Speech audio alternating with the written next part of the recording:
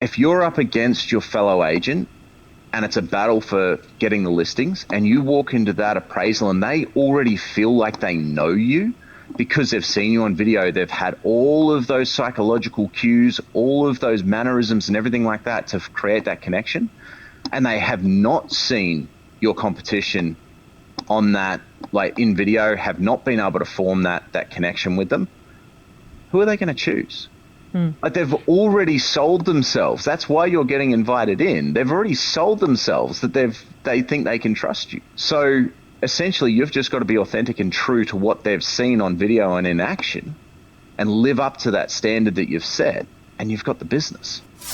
You're listening to Elevate, the official podcast of elite agent for real estate industry sales professionals, property managers, and leaders. With thanks to our partner, Connect Now, Elevate brings you the best tools, thinking, and strategies to elevate your results. To download your written action guide from this podcast, containing extra tips, links, and shortcuts, visit eliteagentelevate.com.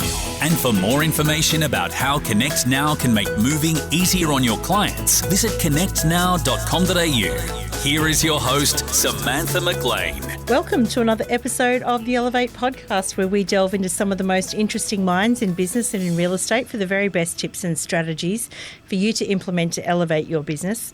I'm Samantha McLean, editor of Elite Agent and host of today's show. My guest today is a Facebook certified media planner, founder of Check My House Price, and the Chief Digital Strategist at MarketBuy. Welcome to the show, John Hellaby. Thanks for having me, Sam. It's great to have you with us. You're probably, I think, one of the most qualified digital strategists we have to draw upon in the real estate industry, because I think I read somewhere that you trained at Facebook Asia Pacific HQ as part of an invitation-only small training program. Yep, so that was 2017, that one. Yeah, that's not that long ago. But before we get into that, I want to go back in time a little bit, because you were a real estate agent yourself from 2009 to 2012. How did you get your kickstart into the real estate industry with a background in IT? Right, so that's not a short story, but I'll try and keep it as brief as I can. My father was one of the most awarded investigative journalists in the Southern Hemisphere in his time. He was responsible for uncovering the corruption in the State Bank of South Australia. That led to a 3-year court case. There were all sorts of craziness and stress on my family, death threats and crazy stories behind that I can share over a beer but that's not the point here. So we sort of asked him to get out of investigative journalism. He moved into IT journalism. So he ended up being a pioneer in gaming, tech, reviews industry and news industry and covering it. And at one time, his editorial syndicate that he'd built had a readership of about 11.8 million people in the Southern Hemisphere. What this meant for me was that from about the age of 10, Dad would have me playing video games, and he would literally watch me play a video game, and then he'd go and write the review, because I could get so much further than him just being a kid and naturally take to these things, right? What an awesome dad to have, can I just say? Well, it sounds amazing, and the story gets even better because he taught me to write. And so by the age of 13, I was actually writing, and I was writing tech reviews and articles and things like that. And I was actually being paid well for it, because he decided to give me a start, so to speak. And back then, if you were a syndicate writer or journalist, you were paid by the word, right? It wasn't an hourly rate and things like that. So Dad would charge the papers by the word sort of rate, and then he would split that with me, depending on how much editing he had to do to my article and things like that. So I built up this really incredible tech knowledge just by being hands-on. Like I got to play with the first gigahertz computer that ever came into Australia, and it was a Gateway machine. I don't know if you guys remember Gateway. Their boxes looked like they were cows and things like that. I'm old enough, yep. Yep, that's it. I realize now that I'm starting to show my age. And I mean, the thing was, it was an AMD gigahertz chip, because they were the first to have the gigahertz chip that came in. And my instructions were not just to review this thing, but to put it through its paces and see if I could break it. Now, as a 14-year-old kid, I was like, I can break this thing. So I literally got to play with new tech and put it through its paces and see if I could break it or freeze it or whatever. And in all fairness to AMD and NVIDIA at the time, it was a GeForce 256 graphics card in it. I ran Quake 2, and it took me something like 128 bots in the world, that I was having to fight against before the system started to choke up, which was incredible for back in that day. And so I was 16 years old, being paid the equivalent of about $90 a review, and it'd take me 2 hours to do a review. And I did this right through until I was about the age of 25. But it then sort of morphed in my late teens, early 20s, where I started doing IT tech support, because through just doing what I was doing for my parents' company, I'd become the on-site approved warranty technician for any of the equipment we had, like HP, Compaq, all these different brands. Like, yeah, JH can handle it. And so I went into tech support and things like that. I was in tech support until I was about 28, just before, at which point the business had taken off massively, but my oldest son had just been born. And I'd been doing 16 hours a day, 7 days a week. And a whole bunch of things sort of happened at once. I had lost my largest client, which was worth a fair bit of dollars to us. At the same time as I hit burnout, and the same time my then partner, who would later be my wife, now my ex-wife, turned around to me and said, hey, you've got this kid here and we never see you. What gives? Like, this is not on. Something needs to change. And she was right. It absolutely did. And so when that all happened, I handed the remaining clients over to my head technician and basically walked away from the company. I took a month off. And then I went and became a courier for about 18 months, and just to bring money in and that sort of thing, and had a pretty decent courier run. And during that, though, I fell off the back of my truck and I hurt my back, I hurt my hip, and there was a couple of dodgy OH&S things that happened where I ended up doing some damage to my shoulder and elbow and all sorts of stuff going on.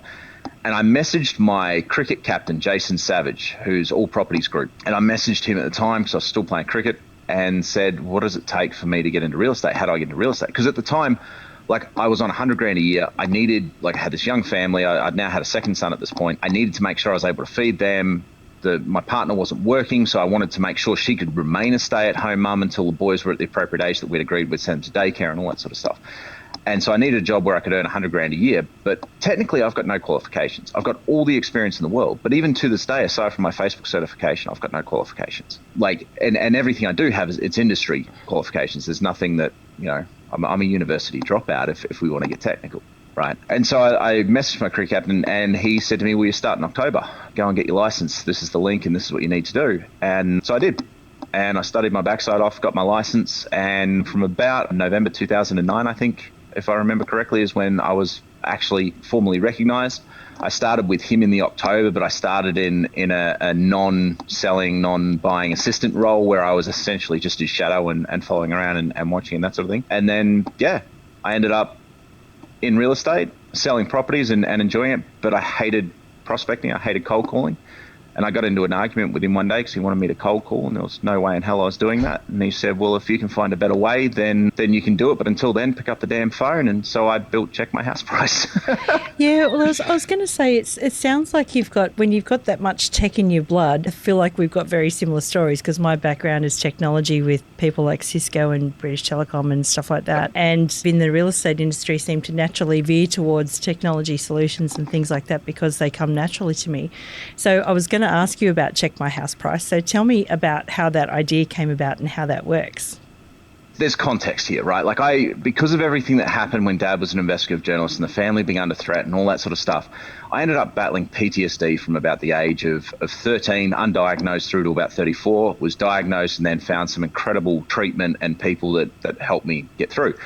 But in this timeline, you need to remember, this is now 2009, 2010, right? I'm 28, 29 years old. I'm in the thick of this battle, this 2-decade battle with mental health. So the thought of picking up the phone or going and knocking on someone's door of a person that I didn't know, it terrified me. Like, it paralyzed me. The anxiety around it was phenomenal. I could sit there and for 10 days try and do this, and I might be able to get myself and buck myself up to make 3 calls in 10 days because the anxiety of it was just so paralyzing. I feel like there might be a lot of people listening and nodding right now. Yeah, and that's it, right? Like, and nowadays, like, I can do it nowadays if I want to, but I hate it. And look, I'm not going to lie and say I'm over that. I hate it for a different reason. There's a big part of my past that's in the reason I hate it. But the other reason I hate is I hate people ringing me, right? So I look at it and I'm like, I don't want to do to people that I hate doing to me. Like, send me a damn text message. Market it to me on Facebook. Market to me via email. Be clever in it and get my attention and make me come to you. Because if I want something, I'm going to come to you if you put the right message in front of me. Yep. Right? But don't interrupt my time. Like, if you call me and interrupt my work, I lose 20 minutes either side of that call, right? Yep. Because I've now got to realign my brain. I've got to get back into the groove and everything like that. If you send me a text, cool. I'll read it probably at about 8 o'clock at night because then I remember, I got a text, and check it out. And if it's of interest to me, I'll come back to you. Jason, full credit to him, like he knew, like this is a guy who had been in real estate 20 years at this point. He'd built his business, he'd done it the hard way, door knocking, on the phones, hard slog, like full credit to him. And he manages his database incredibly well. And that's what he wanted for me, right? Like my dad had just passed at this point, and he said to me at one point, he took me under his arm very much so, and he said, look, I kind of feel like this is my place to help you where your dad can no longer help you, and I really want to do that. But there was just no way that I was going to cold call. And so it all came to a head one day, and we had this argument. And I remember the look on his face, because Jason very rarely gave up on anything. Like he would always find a way to win, and often he'd convince you that it was your idea. But in this particular case, he just couldn't budge me, and he went, pick up the damn phone and start calling. And I said, there's got to be a better way. And he says, well, there's not. And until you find a better way, get on the damn phone. And threw his arms up and walked out, right? And I sat there and I went, right. So I jumped on like freelancer.com or one of those sites and reached out to this developer. He was in Greece. And he built the first edition of Check My House Price. And initially, Check My House Price actually started out as findmynewhome.com.au, right? Because I was thinking, I want a dating site to match buyers with homes. But what Jason sort of said to me, and it was very true, is he says, buyers will always find their own home of their own accord anyway. They'll go searching for it. You don't need to match them. What you need to do is find a way that you get the listings so the buyers come to you, because the listings attract the buyers, right? And so that was where my brain started to go, and Check My House Price came out of that, essentially. And in the first year, I think I did about 75,000 gross comm out of it. Obviously, I didn't see all that because, part went to the office. And then it just sort of spiraled from there. And it's actually 10 years ago yesterday, we took it nationwide. Well, I was going to say, what's happening with it now? Because there's a lot of agents out there right now that are doing similar things. They're sort of saying, text me your address and in 3 seconds I'll tell you what your house is worth. Is that essentially what Check My House Price does? No. And that's the cool thing, and that's the difference in the market, right? Like everyone's moved more and more towards these automated, rapid sort of glossed over reports or suburb overviews and things like that. And they've got their place 100%. Like, please don't think I'm disparaging them at all. It's just not what we offer. Like our whole philosophy has been, we're for agents. We're here to help agents. It's also one of the reasons why I'm heavily involved in MarketBuy, because there's that same philosophy. We are here for agents. And so what we wanted to do is we never wanted it to be an automated house price report. We wanted it to be the agent on the ground, because we know with the automated reports, you can never be fully accurate. And like the best example is the market we're in right now. The prices that you have to compare to last week are not accurate this week, because the market is moving so fast, demand is so crazy and everything like that. Now, in a normal market, right, where we're just cruising along, the numbers that you're basing your comparative off can be up to 3 months old. Right, because it's got to go through lands, titles, and all that sort of stuff, and come back through RP data or a price finder. And that's why RP data's on the phone to agents, say, hey, what did you sell that for? What did you sell that for? Because they're trying to get that data faster than what they can get it through other channels. And full credit to them for doing that, because the faster they get the data to agents, the more accurate agents can be. So we wanted to have one agent per postcode who would be able to provide that report specifically for that postcode that's their farm area, because they know the data better than anybody else does, because they're in it, living it every single day, which meant that they could provide the best possible up-to-date reports.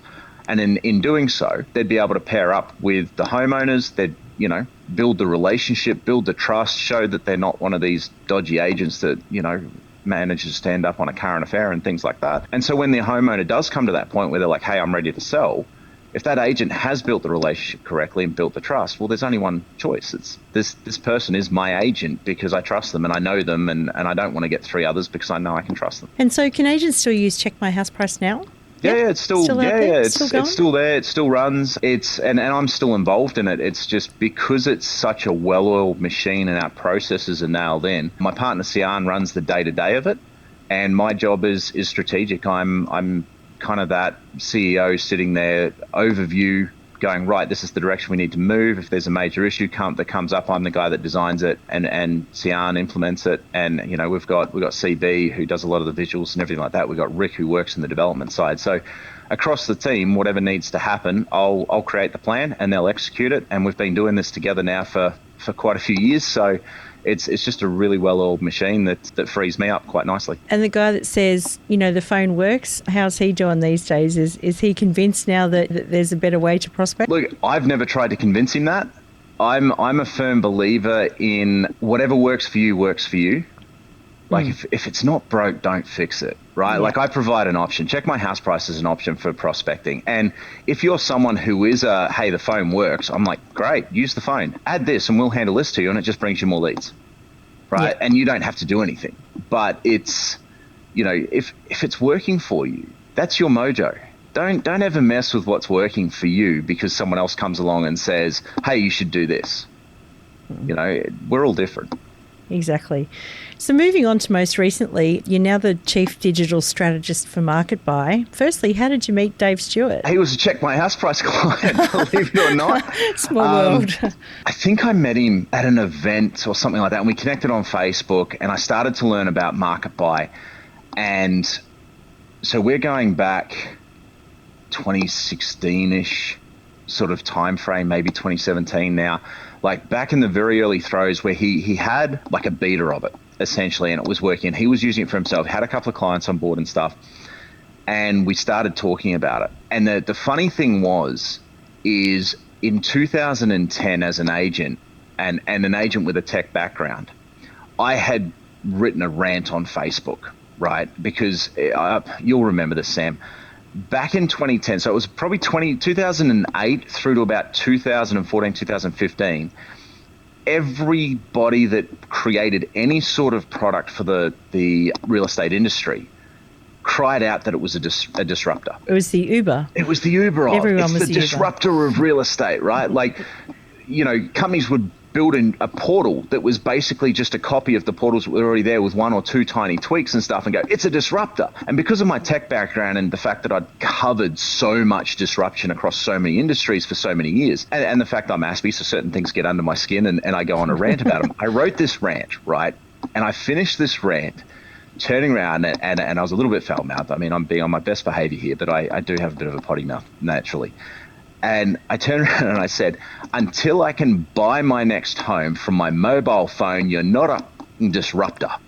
So go jump, right? And then, so that was about 2010, 2011. And 2015, 2016, 2017, I'm not quite sure on the timeline, I've come across Dave and MarketBuy. And here it is. And I could literally log on and I could negotiate the sale of my next home from my mobile phone.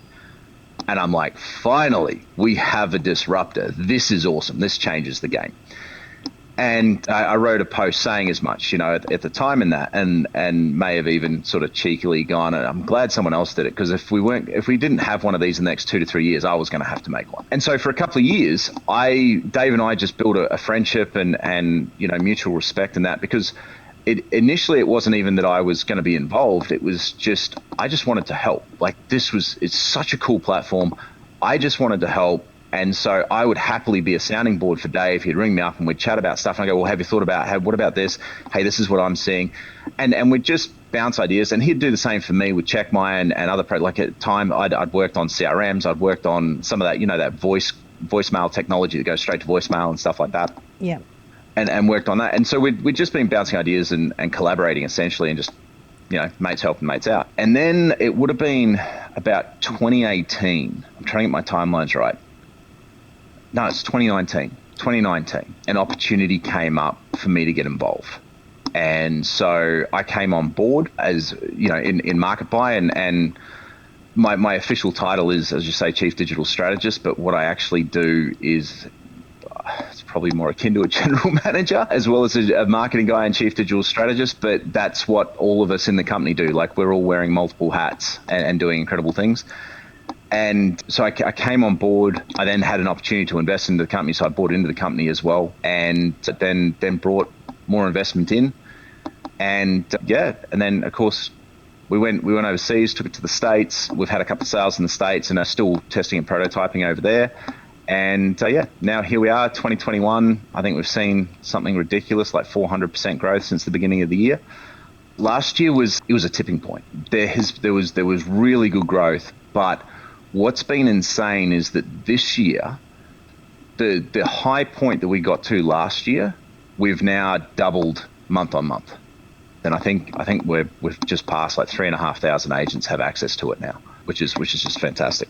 Let's talk about, we talked about your Facebook training a little bit earlier on, so I'm just wondering if we can dive into that, because Facebook is pretty topical right now. Oh, yeah. In the past, you've designed and executed campaigns that have, wide range of products, everything from MarketBuy to real estate to meat pies even. That one was my favourite. Well, I was going to ask you what your favourite one was. It's the meat pies campaign, I think, just because we created some incredible content for that. And it was just this little bakery. It was actually, one of my real estate clients, their husband had just bought a bakery down on the Gold Coast and had asked us to help out. And so we got in, and I mean, one of my favorite things is, I like to help good people. I hate seeing good people struggle. There seems to be so much rubbish out there and so much unethical stuff that happens out there. I hate seeing good people struggle. So we jumped in to help these guys, and I got to sort of pull in all of the assets and the team members that I built up over the years. The video guys were incredible. And I mean, those video guys now, like, they work on a lot of the stuff for Springfield. So, the city that they're building out of east of Ipswich, they work for those guys and produce a lot of their video content and everything like that now. Like, that's the level of quality we had. And so we created this campaign. And the whole idea was around, they're the best pies in Nerang, as voted by a local, right? And we had this bloke, Kev, who came along. We did an open call to contacts and people in the local area and said, hey, come down. We're going to be filming. If you're willing to jump on, film, and give us on camera, a bit of a review, we'll feed you and we'll have a bit of fun. And there's this old guy, Kev, he would have been like 65 or something. He's gone, the best pies in Nerang. And so that was the tagline, best pies in Nerang, as voted by Kev. And we took them through the whole process of how the pies were made, and they were using local ingredients and all this sort of stuff, and cut the pie open and all that.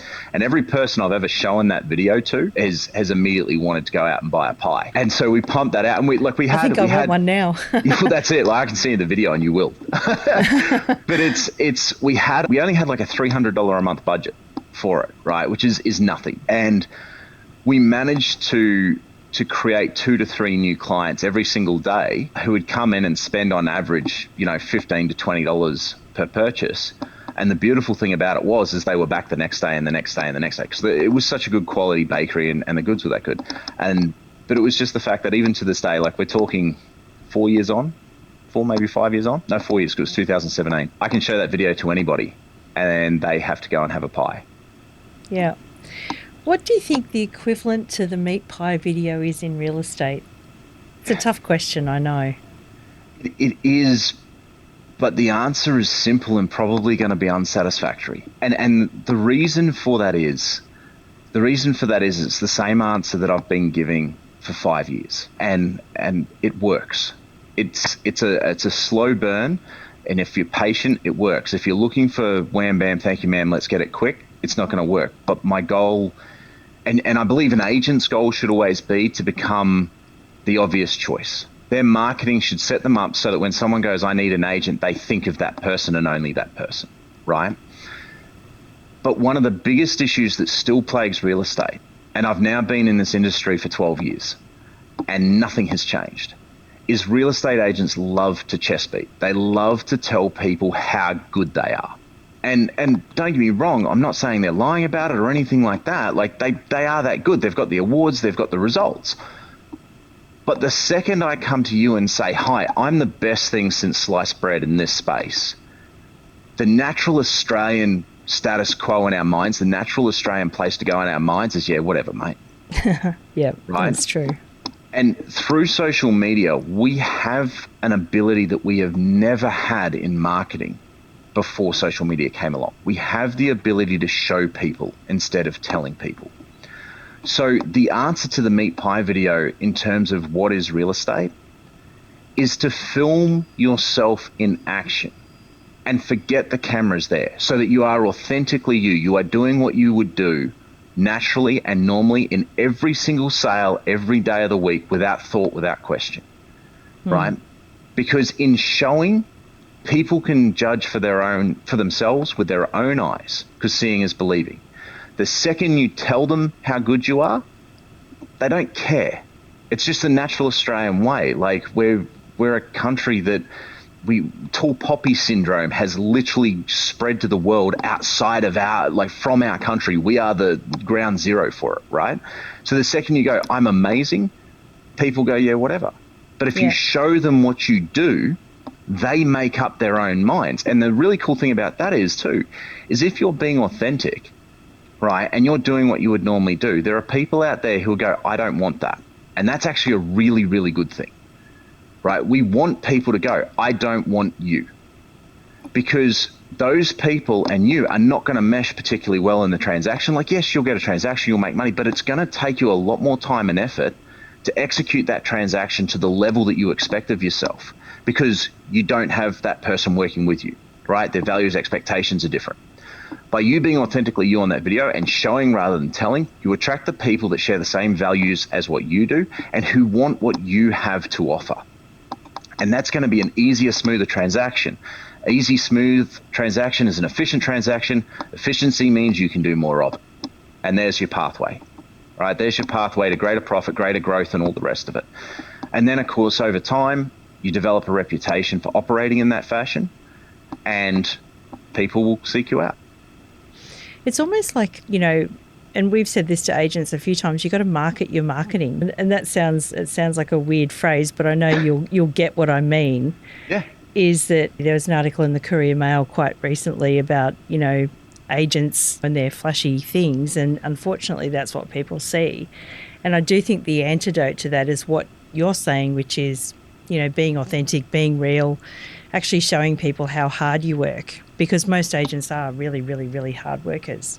Oh, absolutely they are. But okay, so there's two things at play here, right?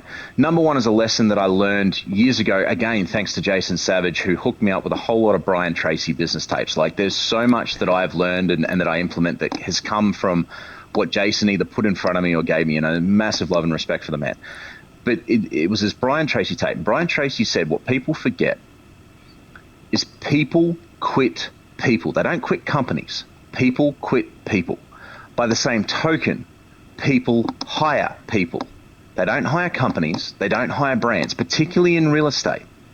People hire people. So if you're being true, if you're being authentic and you're being a human being, people can connect with you, and they can basically, they feel good in hiring you. Yeah. So what about Facebook at the moment? Because there's been a lot of changes with like iOS 14, and what do you think, is the golden age of marketing over? Because it was sort of like, Rafferty's rules like a little while ago, where you could just retarget anyone and cookie anyone. Now it's all changing. Look, you still can. It's not over, right? From my understanding. And look, what I'll preface everything I say here with a giant big asterisk. As qualified as I am in this space, even Facebook don't know the full ramifications of these changes yet, right? So what I'm going to say is not to be taken as gospel until it's been proven out in the marketplace. This is my opinion on what I've seen and what I expect to happen, what I've seen happen myself. And I want that out. It's for the simple fact that, with digital marketing, Sam, as you would know, digital marketing is always a moving target anyway, right? We're always split testing. We're always test, review, right? Yep. And tweaking and all that sort of jazz. What I have found, and this is where I can give what I feel is some pretty solid advice, keeping in mind we're only about 2 to 3 weeks into the Facebook algorithm change, is this. Sending people off of Facebook to, say, a landing page or website at the present point in time is where issues come into play, because Facebook can no longer track iOS users anywhere near as effectively if they've opted out. And stats out of the US say 96% of people are opting out, right? Wow, that's a lot. It's a lot. Now, look, in all fairness, there's a bit of NLP at play here, right? Apple turns around and says, hey, Facebook wants to track you across websites and everything you do on the internet. Would you like to let them? Yes or no? When the question is phrased that way, despite the fact I know exactly what they do with my data, I get that little gut squeeze that says, hell no. No, we're not playing, So I'm not surprised the number's 96%. I've seen the question. It's not a good one. It's not asked gently at all.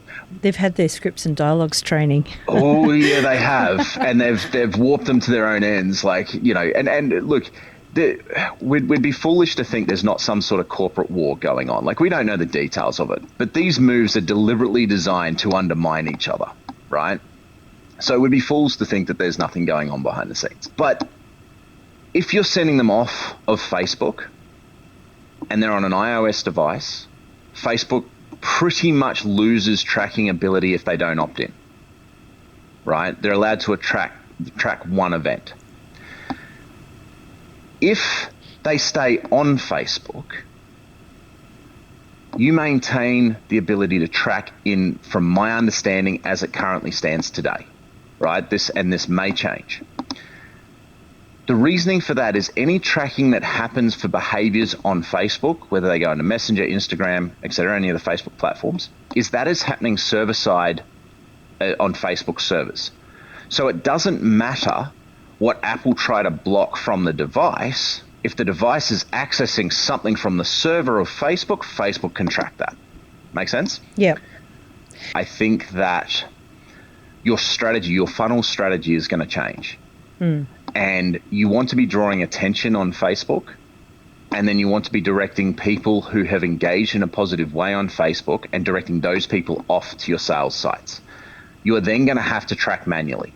Now, there's a whole host of third-party tracking capability and things like that Apple can't stop, because the third-party tracking happens server-side on your server. They may just not be able to link it back to the specific ad campaign, right? So there are other options for tracking there. In terms of real estate, our strategy shouldn't change too much. There are very few real estate agents that I've come across that are tracking and retargeting effectively. Real estate agents should be using video anyway, and this just reiterates that. If you want to retarget people with an offer, an invite to the open home, with an offer of a free suburb flyover report, whatever it is, your options now are either capture their attention with the video and retarget off the back of the video, or get them into Messenger.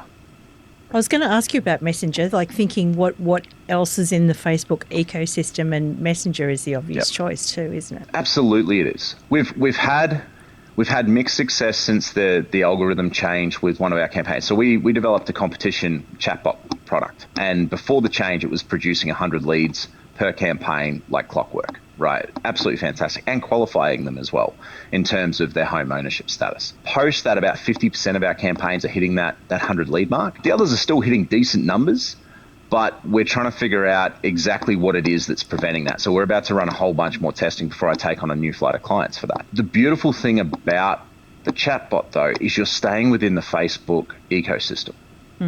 In staying within the Facebook ecosystem, you're giving yourself the opportunity to further follow up and retarget and marketing. But most importantly, and this is the second part of the equation, is this has illustrated how important it is for us to convert people from social media audiences, followers, likes, video watchers, whatever, into name, phone number, email address in our database.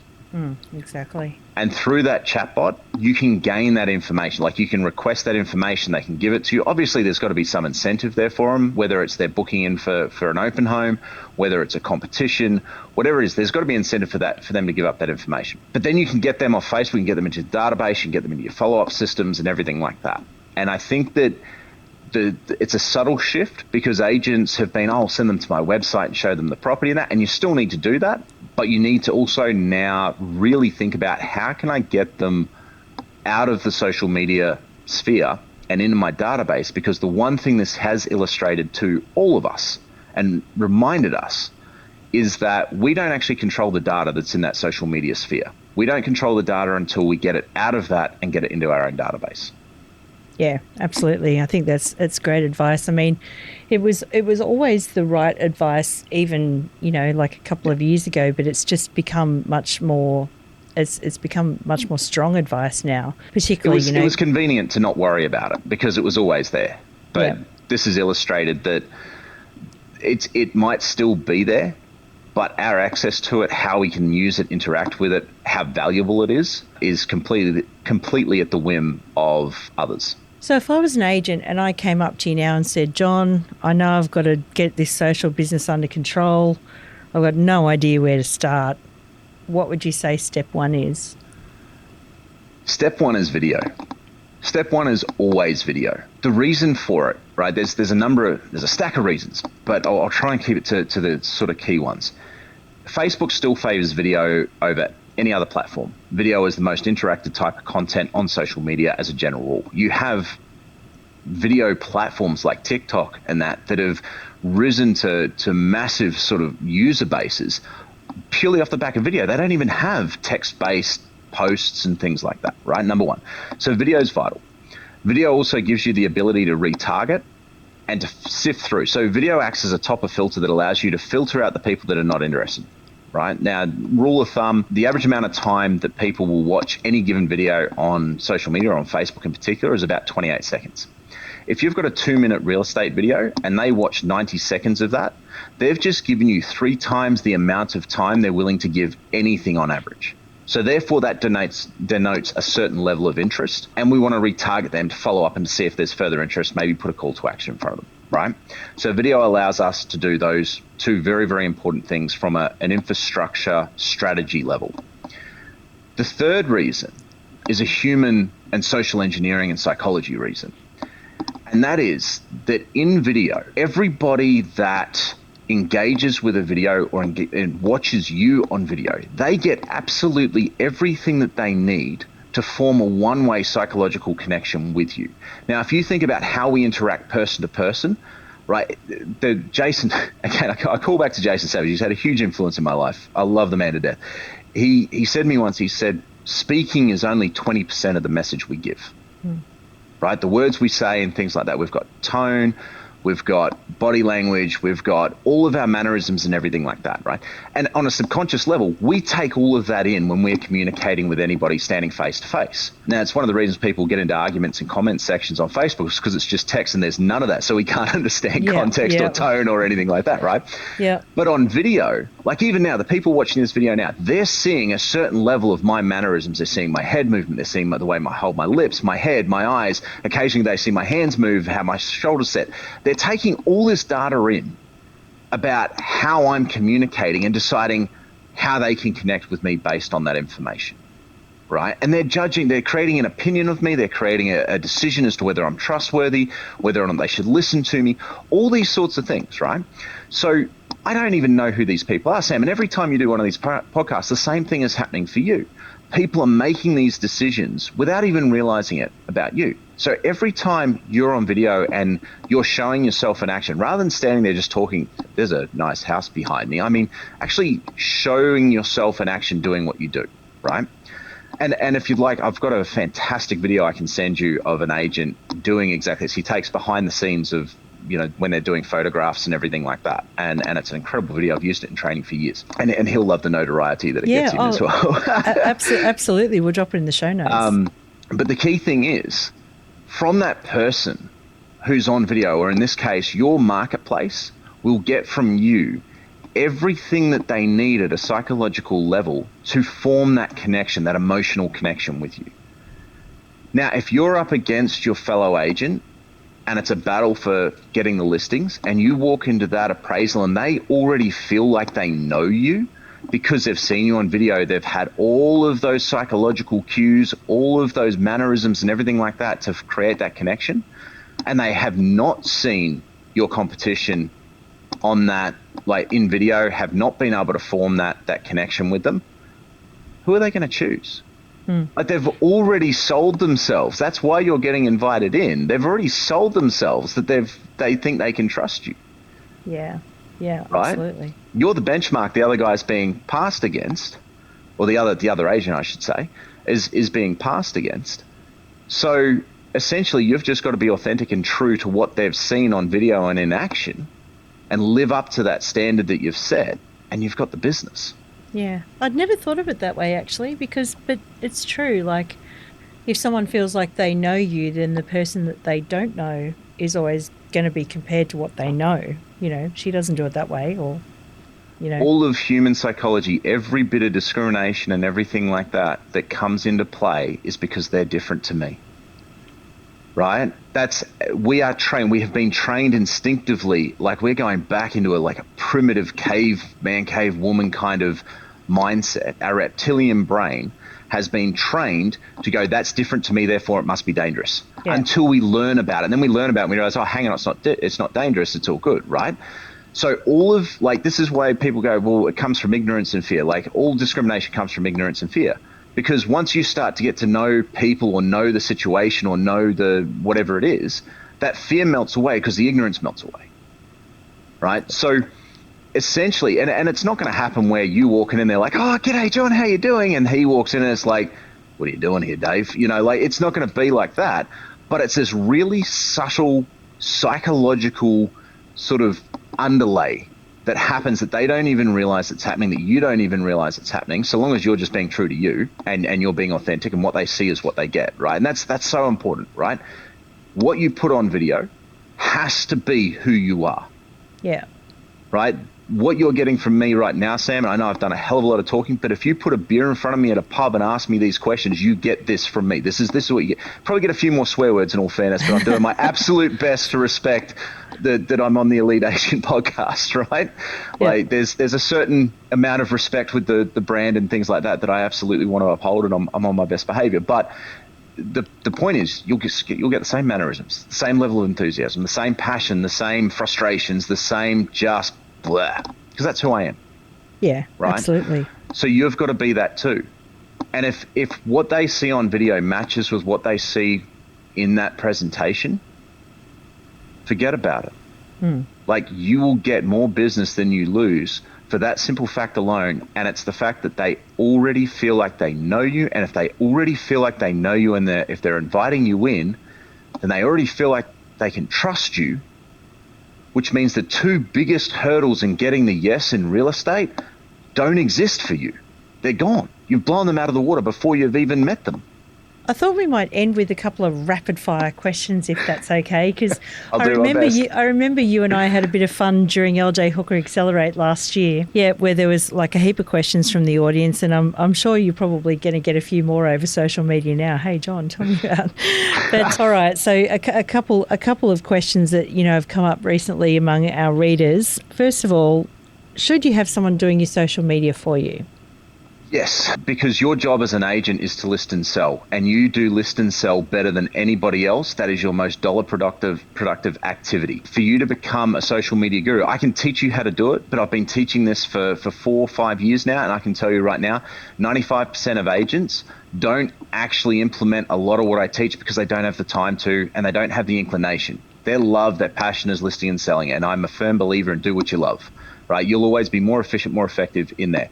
But there is a big caveat. Make sure you get someone who knows what they're doing.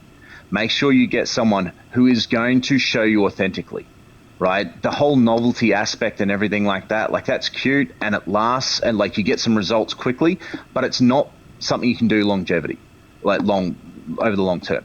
The other thing that I will say is be patient. And I know this comes out of the mouth of Gary Vee, and a lot of agents follow Gary Vee, and it's one of the things I firmly agree with him on, and he's 100% right. Be patient. If you want to win in this game, you don't win by getting an influx in your inbox this month or next month. You win by building an unassailable position. To build an unassailable position takes time, and it means building your name and your brand. It means consistency and presence, and it means becoming the only obvious choice in your marketplace. That does not happen overnight. So be patient and be authentic. Next question. If you're an agent right now, what digital channel would you focus on?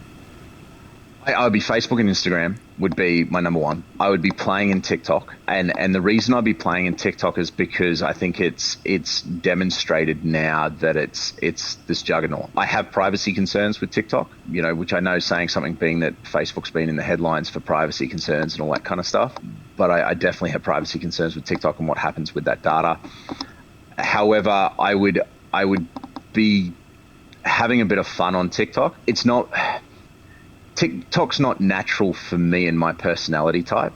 Like, I'm very linear. I'm very as scattered as I can be, and as much as I can just go verbal diarrhea and things like that. There's always a very linear progression in my thinking. It's just sometimes I don't tell you what the steps are. I jump from step 1 to 9, right?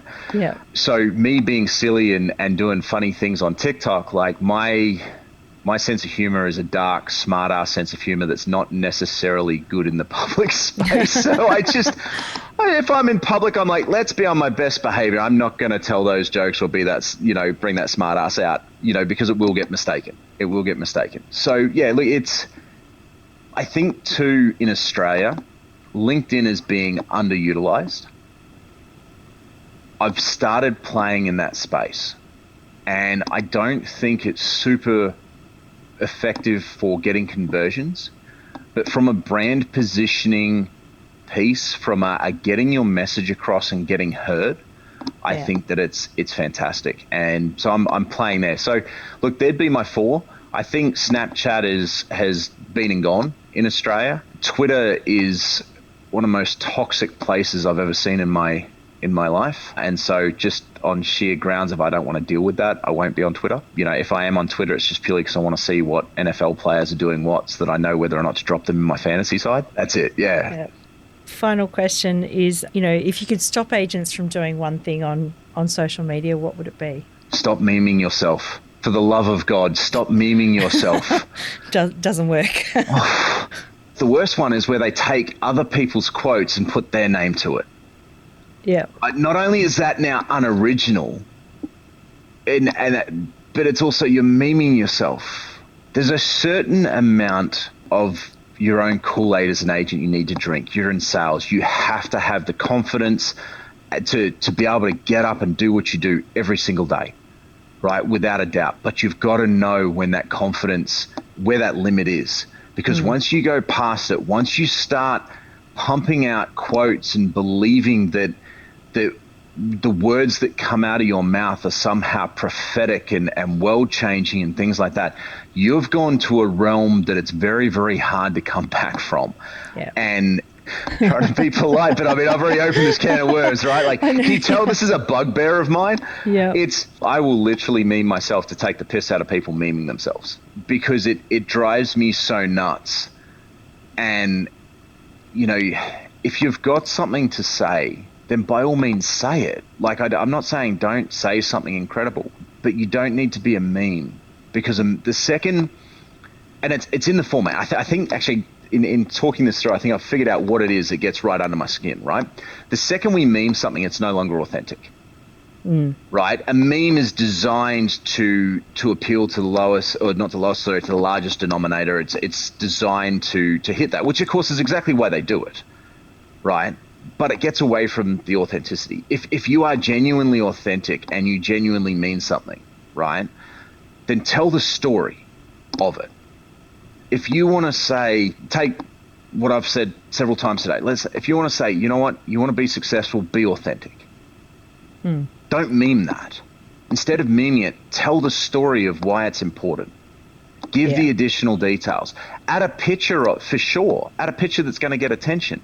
But instead of cheapening it with a meme that is designed as a comedy use and has been purloined by real estate agents to make it a marketing tool and things like that, right? And by the way, Facebook jumps all over them and it doesn't go particularly well in their algorithms because quite often, an agent who'll meme themselves will also pump out the good, welcome to Monday or whatever, and then thank God it's Friday, and it's all that rehashed, repetitive sort of stuff. Facebook hates repetitive content. But if you have an original picture that is emotive and is going to gain attention and capture people's attention, and then you tell the story, now you're cooking with gas because people can now connect to what you're saying and they can understand what you're saying and they can take the lessons in that story and apply them to your own life, and you can have the impact that you want to have. But by just memeing it, it's like you're throwing away a comment and going, you know what, I'm going to say this and it's prophetic and it's profound and it's amazing and all this sort of stuff, but I'm not going to give you any other detail because you have to elevate to my level to understand this. But it's also taking the lazy option, isn't it? Because someone's already done that stuff and it might take a little bit longer to create something original, as you're saying. Anything worth doing, right? And this is all about, like, people hire people. People don't hire you because of your brand. They hire you because of who you are, right? So show them who you are. If that quote means something to you, tell them the story of why it means something to you. give credit to the original author. If you don't know who the original author is, just say unknown. Don't put your name on it. Like, Absolutely. Like even if you're pretty sure that you actually created it and have been saying it since you were 13 years old, unless you've got absolute categoric proof, just put unknown, and then explain the story and why you've always said it and why it's been such an important, and people will connect with that. Well, John, it's been amazing having a bit of a chat through the history with you today. And it's been a ride. Yeah, it has been a bit of a ride. But there's a question I always ask everyone at the end of the podcast, and that is, if there was something that you'd like to leave everyone with, what would that be? But I know that you and Dave are doing a bit of touring at the moment, and you've got an event coming up and stuff. So yes. where can people find you, catch up with you, all of that sort of thing? So obviously, if they want to catch up with me in person, it's Outbreak. We've got Outbreak coming up this Friday, May 14th, and just for a bit of fun, I'm going to be bench pressing Chris Gilmore for charity. So we're raising funds for Bowel Cancer Australia. And that's not the whole of Outbreak. We've got some amazing speakers. We've got Peter Brewer, there's Mark McGill, Ryan McCann, there's Joe Mooney, Tara Christensen. So we've got a host of incredible people speaking in that. And it's designed as a very, very different event where it's actually hosted on a rooftop bar. So there's no conference rooms. We're at a rooftop bar. The whole idea is for the speakers will sort of give some wisdom of their hard-fought trials and successes and stuff like that, and their tribulations and battles. And they'll only speak for about 15, 20 minutes, and then they'll be networking in the crowd with everybody else. That's where all the good stuff happens. It's LobbyCon, right? Like all the best stuff always happens at the bar mingling. Lobby. So that's what we've tried to recreate. But other than that, if you can't make to Outbreak, you can always find me on social media, facebook.com/john.hellaby.1. If you want to catch up, send me a message or whatever. If you've got any questions, by all means. And look, in answer to your question that you ask everyone, Sam, that you mentioned, I think the number one thing, and I try to do this as much as I can. I fail as often as I succeed, but it's about daily improvement. Is, just be kind. Be kind. Always approach everyone from a position of kindness. And if you can do that, kindness and understanding, the world will be a better place. Yeah, that's great advice. John Hellaby, thank you so much. Thanks for having me, Sam. It's been a pleasure. We hope you enjoyed this episode of Elevate with thanks to connectnow.com.au. Don't forget to download your written action guide from this podcast containing extra tips, links and shortcuts. Visit eliteagentelevate.com.